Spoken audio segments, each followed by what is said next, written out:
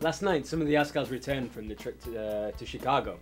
And so we have Coach Hans with us this time. And so firstly, Coach Hans, can we ask, how do you think the trip went in Chicago? Could you describe to us some of the things that go on in training camps, the reasons for training camps, and how the Chicago trip went? Well, you know, a lot of people putting too much emphasis on their friendly. A camp is a camp. That's training. A friendly is part of training. The friendly is like the culminating activity to see during the camp if the coach was able to impart the system of play that he wants, okay, for that certain time. And a friendly would be to gauge if he has done anything for, you know, is there anything positive came out of it, or what are the negatives? Then you gotta go back to the drawing board and do stuff again. So regardless of their trip, people are saying it's a waste of time. You know, a lot of people are posting like that. These people don't know about. I'm supposed to follow a word after that, you know. But we're on TV, so. Coach Web, so okay lang. Kung nandiyan si Jason pala, sa hindi ko ba, di ba? Mas masaya ako pag nandiyan si Jason eh, kasi lumalabas eh. Kinakabahan si Jason nga. Anyway, the thing is, a camp is a camp. What do you do in a camp? Camp is training. That in layman's terms, it's closed in. It's like a closed door thing. No distractions from whatever.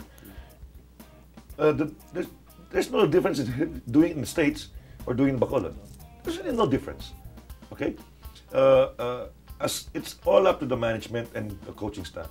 How to deal with these players and how to deal with the outside mga distractions. Distractions. Camp is a camp. You're there not for on vacation, you're there to train.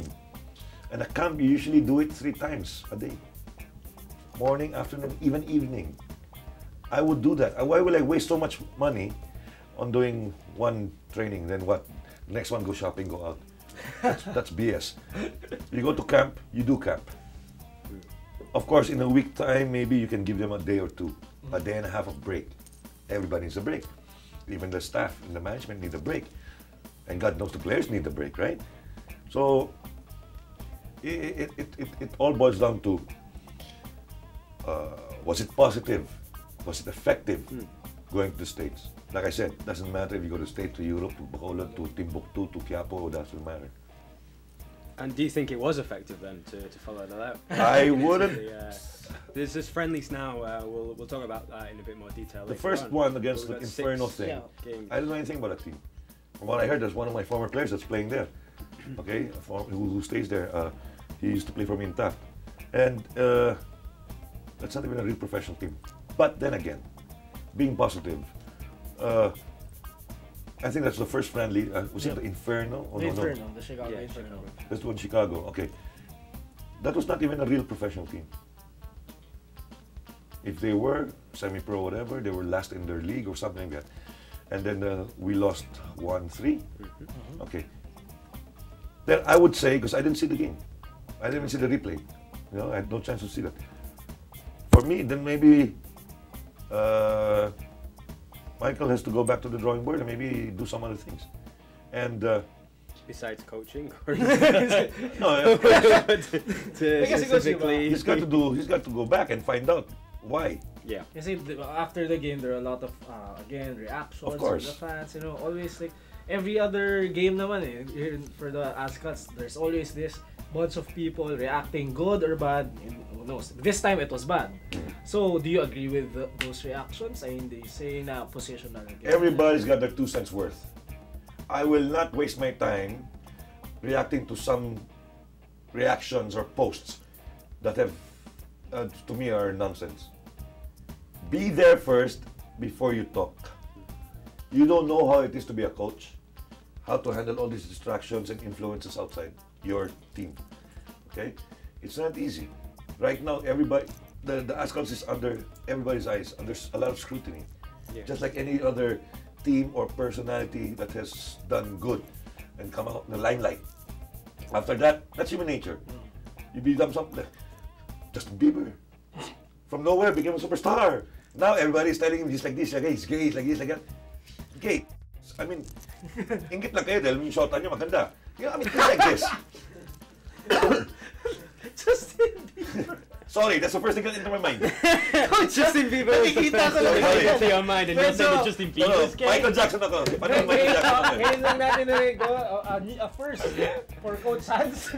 Justin Bieber. So, How did I say? Why did it come out? Anyway, I think maybe that's the last song on the radio. On the radio, okay. No, what I'm saying is, Yeah. you know, any of us, we hit the jackpot. Everybody's happy for us.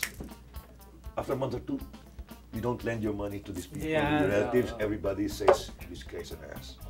You know, I mean, that's how it is. That's life. So